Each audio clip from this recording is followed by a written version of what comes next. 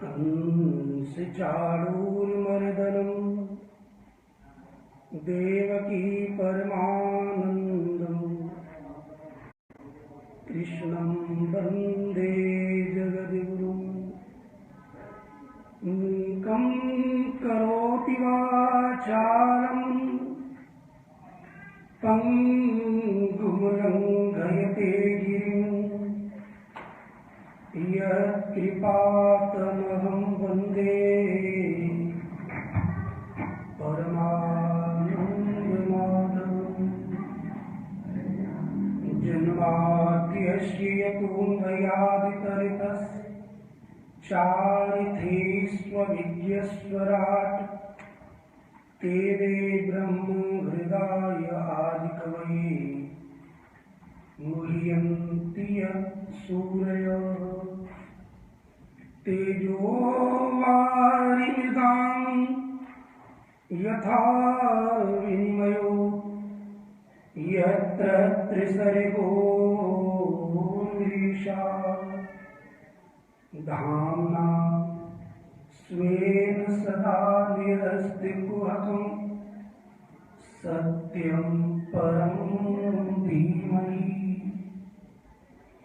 सत्यव्रतं सत्यपरं त्रिसत्यं सत्यस्य योनिं निहितं च सत्ये सत्यस्य सत्यमृतसत्यनेत्रं सत्यात्मकं त्वां शरणं प्रपन्नाः प्रचोदिता येन पुरा सरस्वती वृतन्वताजस्य सतीं स्मृतिं हृदि स्वलक्षणा प्रादुर्भूत किलाश्यतः समे ऋषीणां ऋषभः प्रसीदताम् भूतैर्महद्भिर्य इमाः पुरो विभुर् निर्मायुष्येते यदंशु पूषः भुङ्क्ते गुणान् षोडशात्मकः सोऽलं प्रसीष्ट भगवान् वचांसि मे त्वमेव माता च पिता त्वमेव बन्धुश्च सखा त्वमेव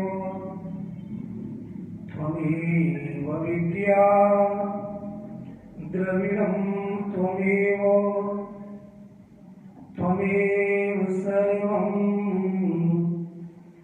मम देव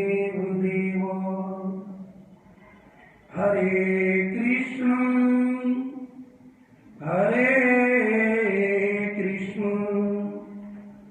कृष्ण कृष्ण हरे हरे हरे राम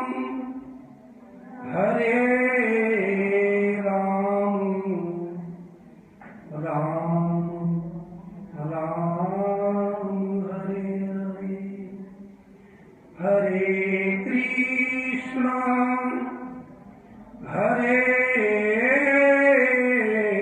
कृष्ण कृष्ण कृष्ण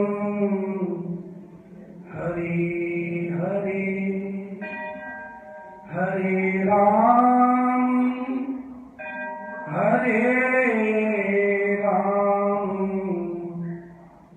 राम राम हरे हरे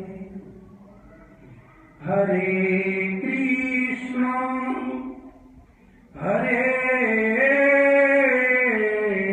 कृष्ण कृष्ण कृष्ण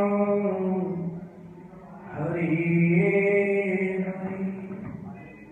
हरे हरे राम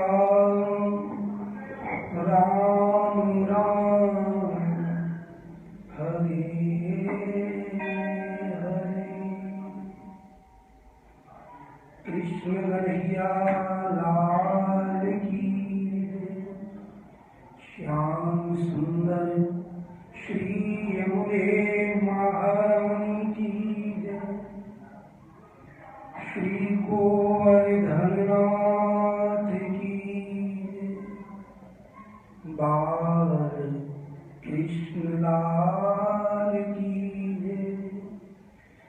श्री वृंदावन बिहारी लाल की जय। श्री द्वारिकाधीश की जय। श्यामा श्याम श्री कुंज बिहारी लाल की जय। भगवत धाम की जय। सद्गुरुदेव भगवान की जय। आज के आनंद की जय। ओम नमः पार्वती पतये। हर हर महादेव। जय जय श्री राधे। जय जय श्री राधे। जय जय श्री राधे श्याम। श्री गोपाल जी महाराज की जय।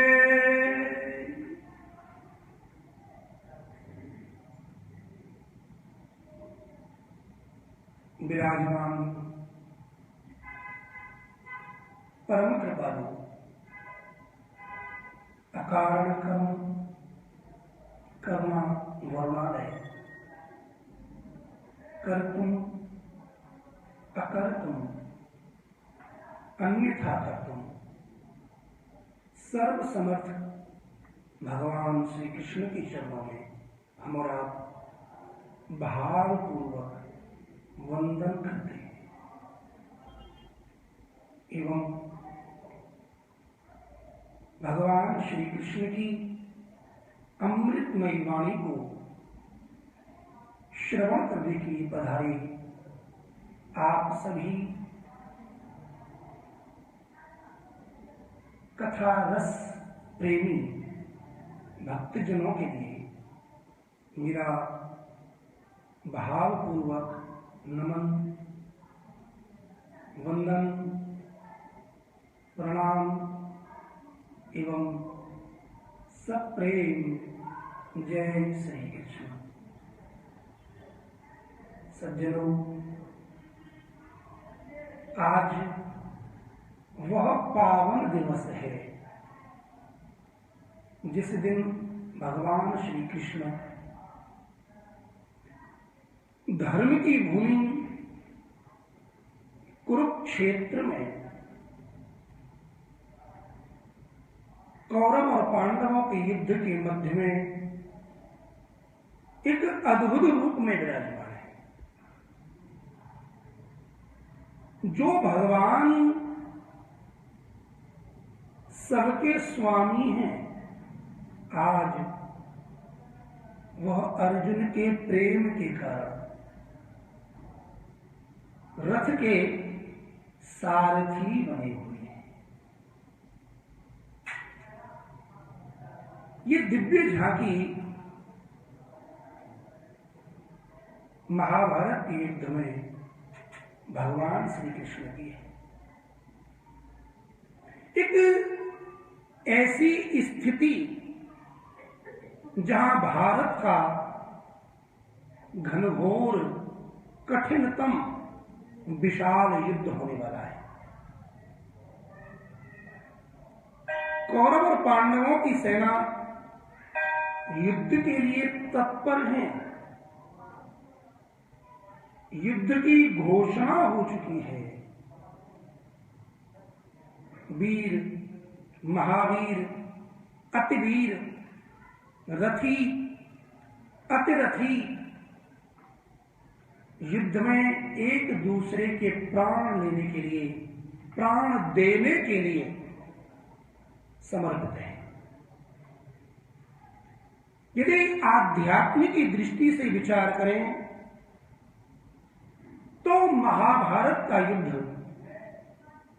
मानव मात्र के लिए शिक्षाप्रद है। धर्म के क्षेत्र कुरुक्षेत्र में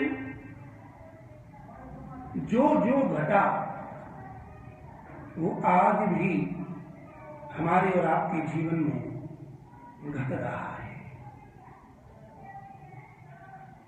प्रत्येक मानव के जीवन में महाभारत का युद्ध होता ही है। महाभारत के युद्ध में दो पक्ष हैं, कौरव और पांडव।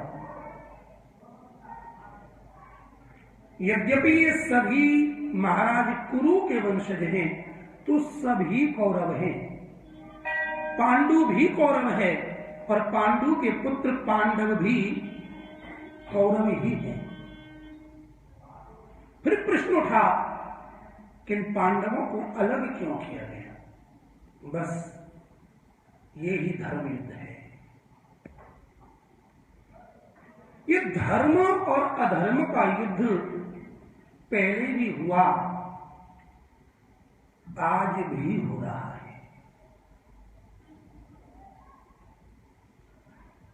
हमारे हृदय में ये सद और असद विचार जब आपस में टकराते हैं, ये महाभारत का युद्ध ही तो है।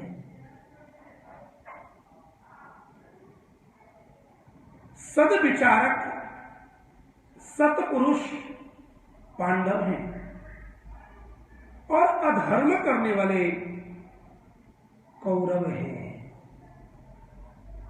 ये युद्ध केवल कौरव और पांडवों के बीच में नहीं, धर्म और अधर्म के बीच में होगा। ध्यान दीजिएगा, श्री कृष्ण ने अर्जुन को गीता का उपदेश किया तो कहां किया?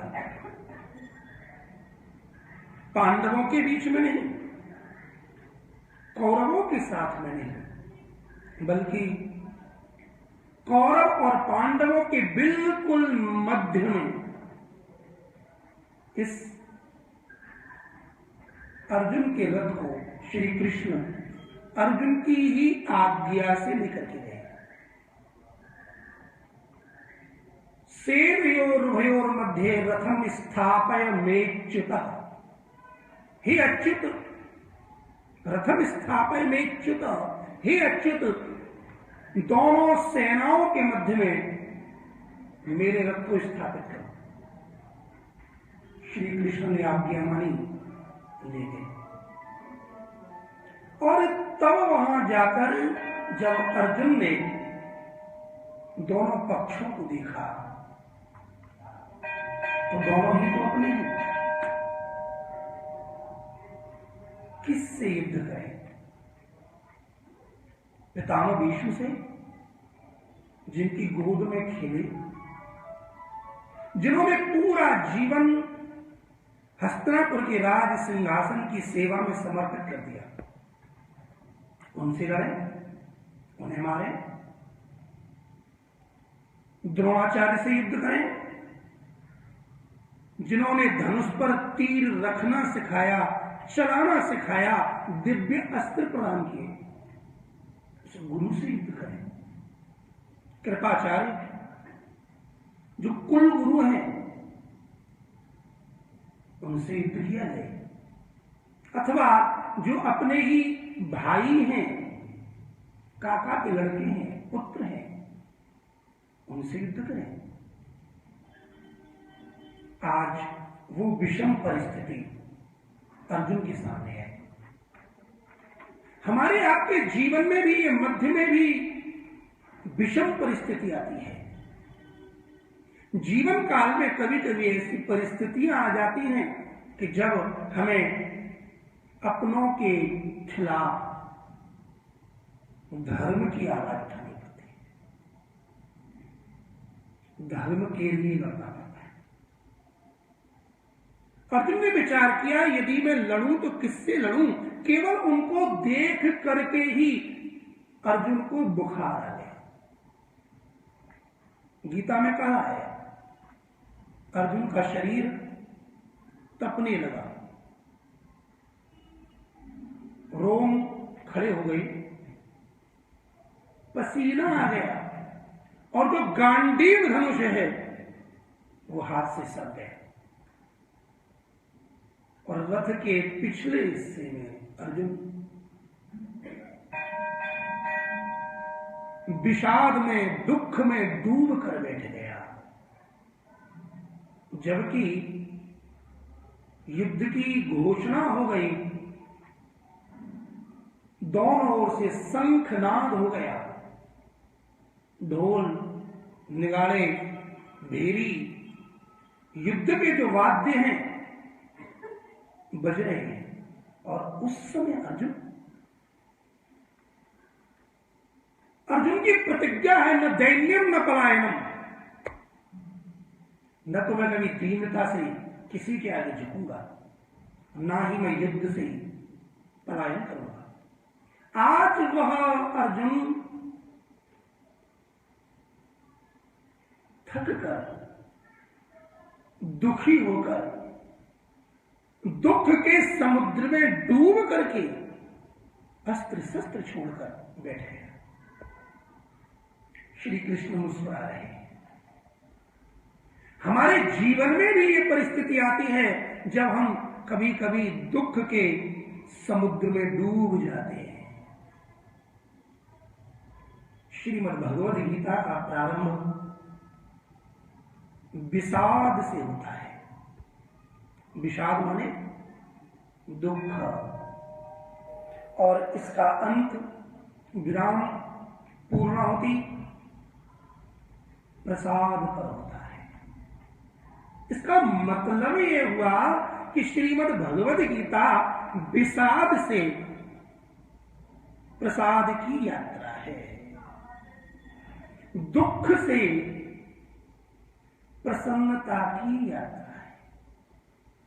संसार का कोई भी दुखी व्यक्ति यदि श्रीमद् भगवद गीता का आश्रय ले तो आश्रय लेने से निश्चित ही उसके दुख मिट जाते हैं और फिर वह प्रसन्नता को प्राप्त कर लेता है। लेकिन ये गीता कृष्ण की वाणी मानव मात्र के कल्याण के लिए है। अर्जुन को तो केवल निमित्त बनाया गया है। निमित्त मात्रम भवसव्य साक्ष्यम।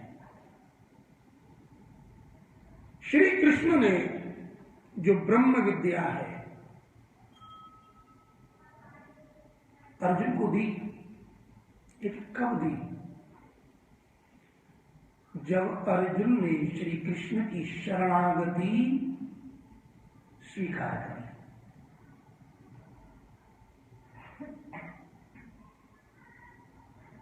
कार्पण्य दोषोपहत स्वभाव प्रच्छामि त्वाम धर्म सम्मूढ़चिता यच्छ्रेयस्यात् निश्चितम ब्रूहि तन्मे शिष्यस्तेहं साधुनां त्वाम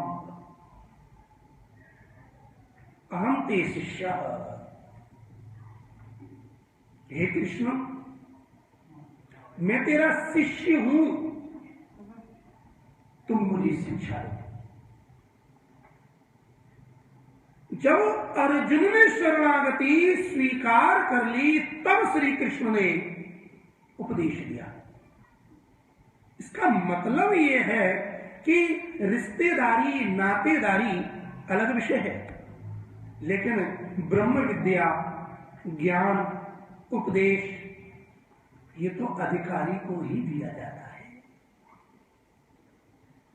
धन का, संपत्ति का विभाजन किया जा सकता है, लेकिन भक्ति, ज्ञान, इसका विभाजन नहीं किया जाता।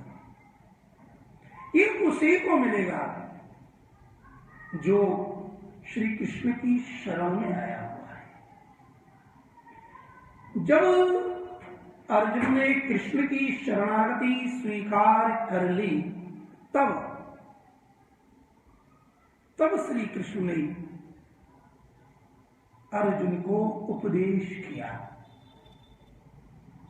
और कृष्ण के उपदेश को अर्जुन ने सुना। ये चर्चा कहां हो रही है? कहीं भी कथा होती है, सत्संग होता है, तो पहले स्थान देखा जाता है कि वहां शांति है कि नहीं। नदी के किनारे, मंदिर में, वन में सत्संग कथा एकांत में ही होगी। लेकिन श्रीमद् भगवद गीता ऐसा विचित्र शास्त्र है जो युद्ध के मैदान में कहा गया है, जहां घनघोर कोलाहल हो रहा है, शंख, मृदंग, निगाड़े बज रहे हैं। ऐसी स्थिति में और वहां श्री कृष्ण मुस्कुराते हुए गीता का उपदेश कर रहे हैं। श्री कृष्ण को देखकर के हमें ये शिक्षा मिलती है कि स्थिति कैसी भी हो, परिस्थिति कैसी भी हो, मुस्कुराओ, प्रसन्न रहो। मूलतः भगवान श्री कृष्ण ने गीता में 3 योगों का वर्णन किया है मुख्यतः। वैसे तो इसके अंतर्गत अनेक योग हैं और 18 अध्यायों में 18 योगों का वर्णन है, लेकिन संतों ने चिंतन किया और बताया कि श्रीमद् भगवद गीता में 18 अध्याय हैं जिनको 3 भागों में बांटा गया है। प्रथम 6 अध्यायों में कर्म योग का वर्णन है, मध्य के 6 अध्याय अर्थात 7वें अध्याय से लेकर और 12वें अध्याय तक भक्ति योग का वर्णन किया गया है और 13 से 18वें अध्याय में, इन 6 अध्यायों में ज्ञान योग का वर्णन है। फिर भी कर्म योग के अंतर्गत भी ज्ञान और भक्ति का वर्णन है, भक्ति योग में भी ज्ञान और कर्म का वर्णन है और ज्ञान योग में भी कर्म और भक्ति का वर्णन है। प्रथम 6 अध्यायों में कर्म और अंतिम 6 अध्यायों में ज्ञान और मध्य में भक्ति। इसका अभिप्राय यह है कि हम चाहे कर्म मार्ग से जाएं, चाहे ज्ञान मार्ग से जाएं, अंततः पूर्णतः प्रेम की प्राप्ति केवल और केवल भक्ति योग के द्वारा ही होती है।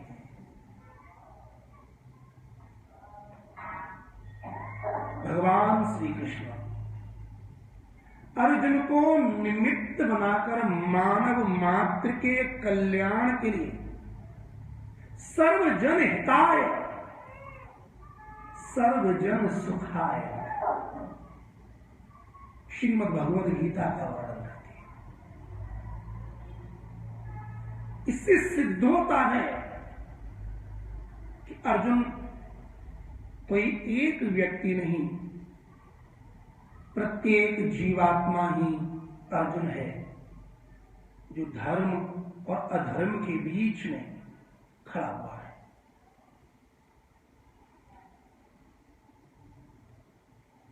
जब तक हम अपने आप को अर्जुन के रूप में स्थापित नहीं करेंगे, जब तक हम अपने आप को अर्जुन की तरह से समर्पित नहीं करेंगे, तब तक कृष्ण की वाणी को समझना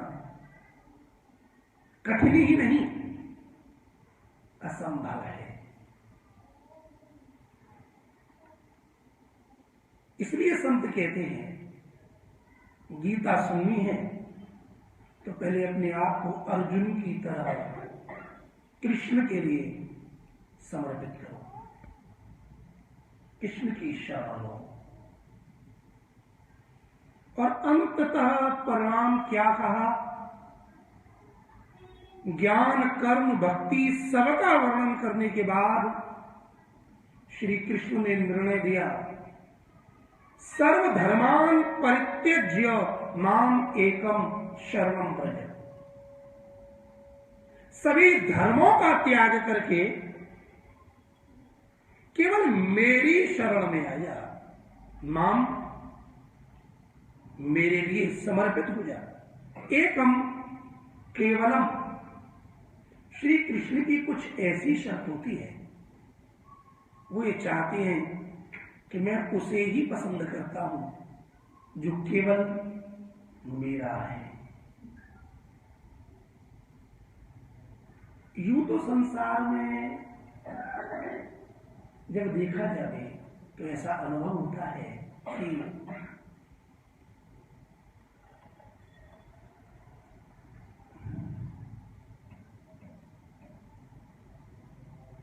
श्री वृंदावन बिहारी रानी,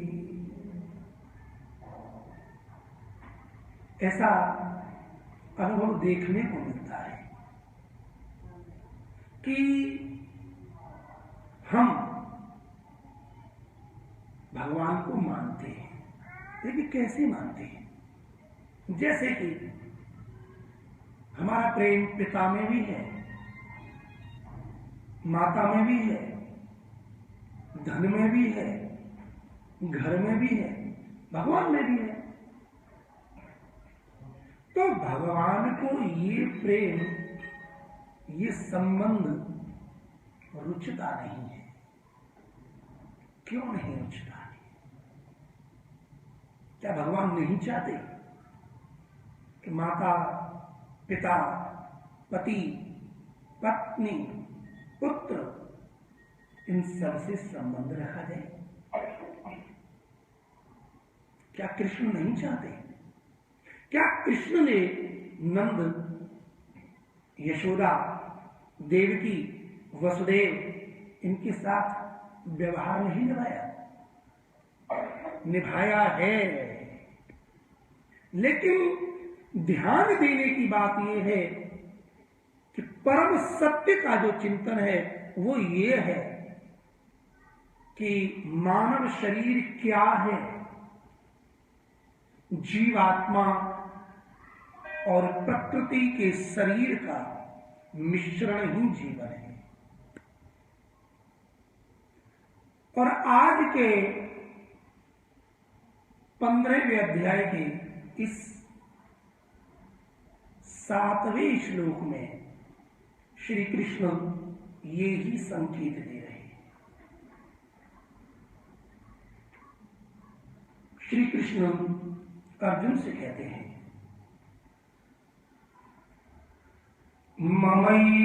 ममैवांशो जीवलोके जीवभूतः सनातन मनः षष्ठानीन्द्रियाणि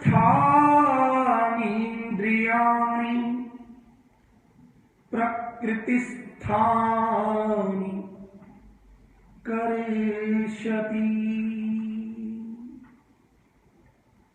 आज हमारा श्री कृष्ण की वाणी इस श्लोक का चिंतन कर रहे हैं।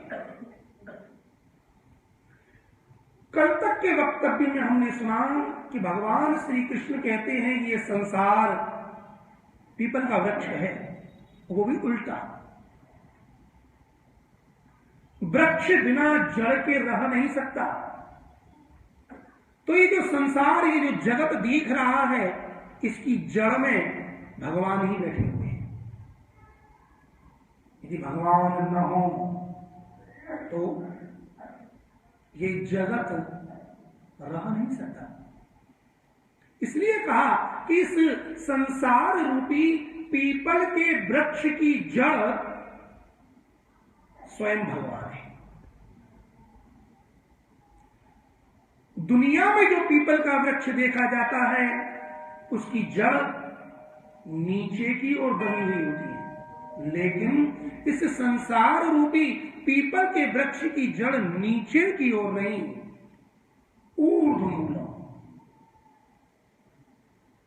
ऊपर की ओर है। अब जरा कभी नदी सरोवर के किनारे पर जो वृक्ष होते हैं उन्हें देखना। नदी में जो वृक्ष की छाया पड़ती है तो हम ये देखेंगे कि जो वृक्ष की डाली है, पत्ते हैं, वो नीचे की ओर है और उसका जो तना है वो ऊपर की ओर है। ये देखने को मिलता है।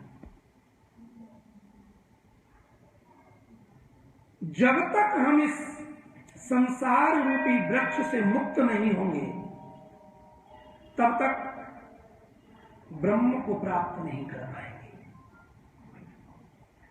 असंग के द्वारा, अनासक्ति के द्वारा, निष्प्रहता के द्वारा इस संसार रूपी वृक्ष को काटो। अब ध्यान दीजिएगा, भगवान शंकराचार्य ने ऐसा माना है कि ब्रह्म सत्यम जगन मिथ्या, कि ब्रह्म तो सत्य है लेकिन जगत मिथ्या है। यहीं पर वैष्णवाचार्य श्री महाप्रभु वल्लभाचार्य जी ने चिंतन किया और वो कहते हैं कि यदि ये जगत जगदीश से बना है तो जगदीश से बनने वाला जगत मिथ्या कैसे हो सकता है? भाई, सोने की डेली से, सोने की बिस्किट से यदि आभूषण बना है तो है तो उसमें सोना ही। यदि ये जगत जगदीश से बना है तो ये मिथ्या कैसे? और श्रीमद् भागवत में, रामचरितमानस में इसे समझाया गया। जब सृष्टि में कुछ भी नहीं था, जब सृष्टि ही नहीं थी, तब केवल ब्रह्म ही था, भगवान ही थे। और जब उसने विचार किया कि मैं एकोहम बहुश्याम, एक से बहुत हो जाऊं, क्योंकि स एकाकी न रमते, रमण करने के लिए, क्रीड़ा करने के लिए एक पर्याप्त नहीं है, अनेक होने चाहिए। तब कहा कि वह ब्रह्म ही सृष्टि बनाता है। ध्यान देने की बात यह है कि जितने भी मजहब हैं, जितने भी पंथ हैं, उन मजहबों में, पंथों में, धर्मों में ये माना गया है कि उनका जो भगवान है, गॉड है, ईश्वर है, वो तो अपने लोक में रहता है, आता नहीं है, वो बनाता है। लेकिन श्रीमद् भागवत सनातन धर्म कहता है कि भगवान बनाता भी है और भगवान बनता भी है। यदि सृष्टि करनी है तो दो चीज चाहिए। यदि मकान बनाना है तो मकान बनाने वाला भी चाहिए, मिस्त्री, और केवल मिस्त्री हो तो मकान तो नहीं बन जाएगा, मटेरियल भी चाहिए। तो मटेरियल और मेकर जब दोनों मिलते हैं तब निर्माण होता है। लेकिन विचार करें, जब सृष्टि से पूर्व कुछ था ही नहीं तो मटेरियल कहां से आया? सनातन धर्म कहता है, वो ब्रह्म ही मेटेरियल के रूप में परिणत हो गया। वो ब्रह्म ही उस मेटेरियल से बनाने वाला बन गया। अभिन्न निमित्तोपादान कारण है ब्रह्म। भगवान निमित्त भी है और भगवान कारण भी है। भगवान ही सृष्टि के रूप में विस्तार करते हैं।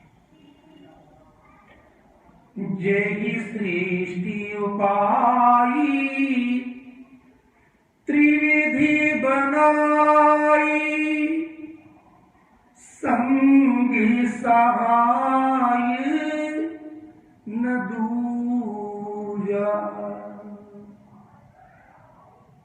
जिसने इस सृष्टि को प्रकट किया, त्रिविध बनाया, उस समय उसके साथ सहायता करने के लिए कोई दूसरा था ही नहीं, एक ब्रह्म। तो श्री वल्लभ वैष्णव सिद्धांत ये है कि ब्रह्म जगदीश और उससे बना हुआ जगत ये ब्रह्म का ही अंश है। तो प्रॉब्लम कहां है? बोले प्रॉब्लम जगत में नहीं है, प्रॉब्लम संसार में है। तो जगत और संसार में अंतर है। हां, जगत है सृष्टि जो ब्रह्म के द्वारा की गई है, और संसार की सृष्टि ब्रह्म ने नहीं, ये माया ने की है। संसार क्या है? संसार है मैं और मेरा, तू और तेरा। ये संसार ही बाधक है और ये संसार मिथ्या है। इसलिए वैष्णव सिद्धांत में ये स्वीकार किया गया, ब्रह्म सत्यम जगत सत्यम संसारस्तु निरर्थक। निरर्थक तो ये संसार है, मैं और मेरा, ये ही बंधन का कारण है।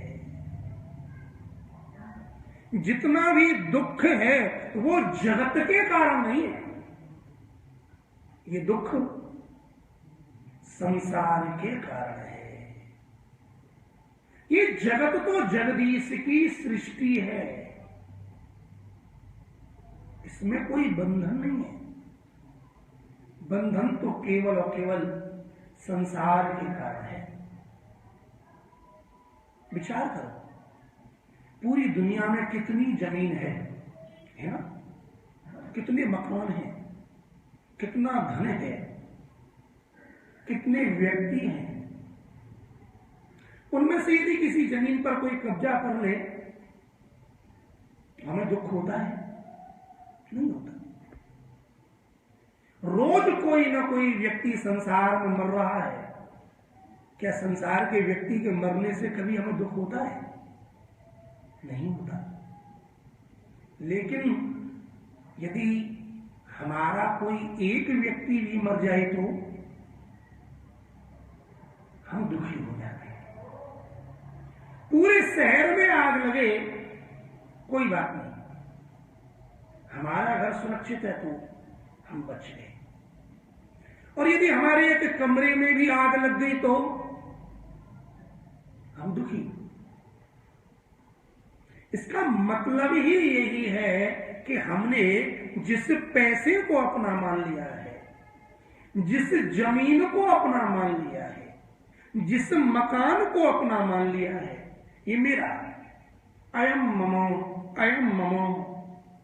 तो जहां मम मतलब मेरापन आ गया, वहीं से ये सुख और दुख की सृष्टि प्रारंभ। ये ही संसार है। कोई दूसरा व्यक्ति मर जाए तो दुख नहीं, किसी का मकान गिर जाए तो दुख नहीं, एक्सीडेंट हो जाए, न्यूज सुनी, दूसरे को सुनाएंगे आज वहां एक्सीडेंट हो गया, गाड़ी पटरी से उतर गई, विमान गिर गया, एक्सीडेंट हो गया, बम फट गया, गोली चल गई। लेकिन यदि वही गोली किसी अपने परिवार के लग जाए तो सब छोड़ के भागने लगते हैं। किसी दूसरे के लगी तो क्यों नहीं है? क्योंकि वहां पर ममत्व नहीं है। किसी के व्यापार को लॉस हो जाए चिंता नहीं, लेकिन यदि अपने यहां थोड़ा सा भी लॉस हुआ तो क्यों? वो मेरा है। तो ये मैं और मेरा भगवान ने नहीं बनाया।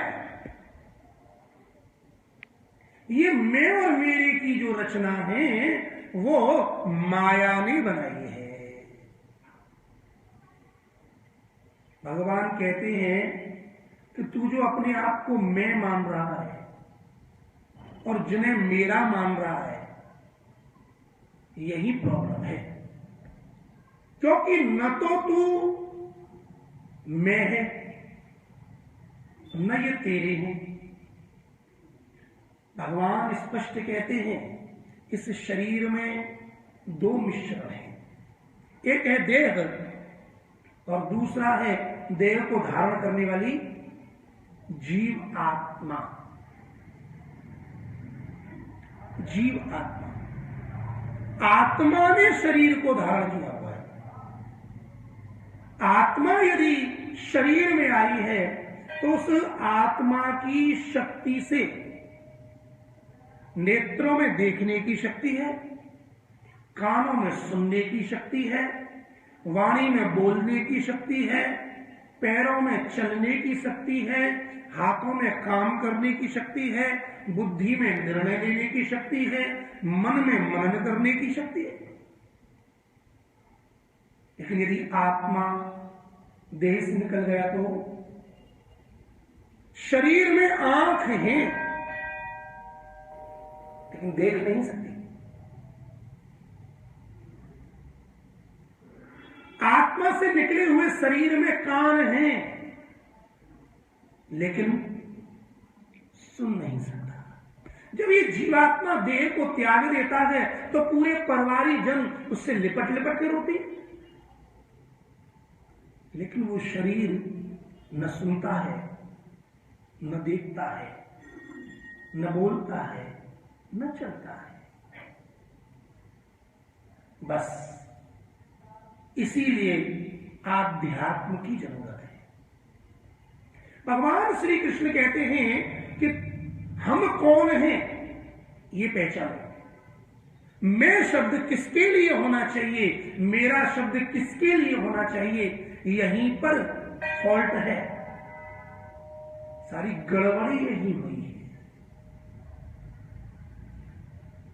हम हैं तो जीवात्मा, लेकिन अपने आप को जीव न मान करके हम अपने आप को देह मान लेते हैं।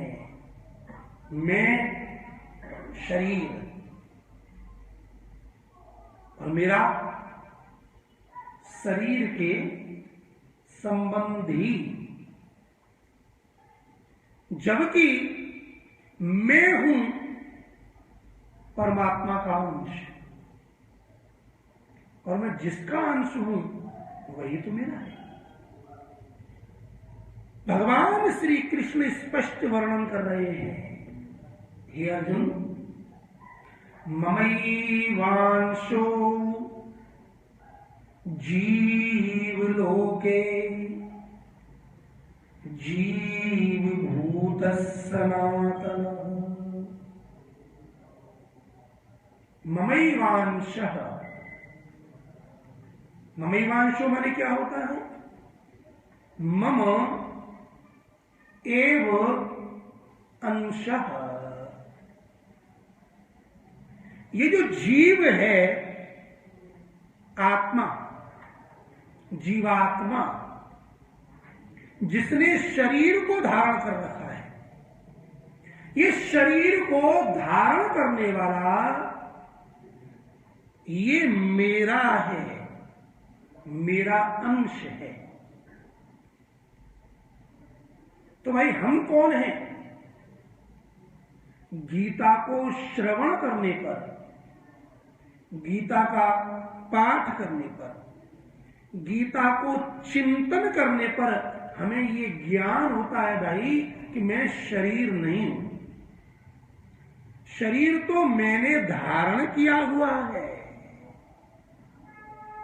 जैसे मेरे इस शरीर ने ये वस्त्र पहना हुआ है, ठीक उसी प्रकार मैं जीवात्मा इस देह रूपी वस्त्र को धारण किए हुए है। जब से आत्मा शरीर को अपना मानने लगा, शरीर में मैं बुद्धि हुई, शरीर के संबंधियों में मेरी बुद्धि हुई, तब से मैं और मेरा ये बंधन का कारण बन गया। तब से ही ये मैं और मेरा दुख का कारण है। भगवान कहते हैं कि ये जीवात्मा मेरा अंश है, ममैवांशः। अब आप कहोगे कि भगवान का अंश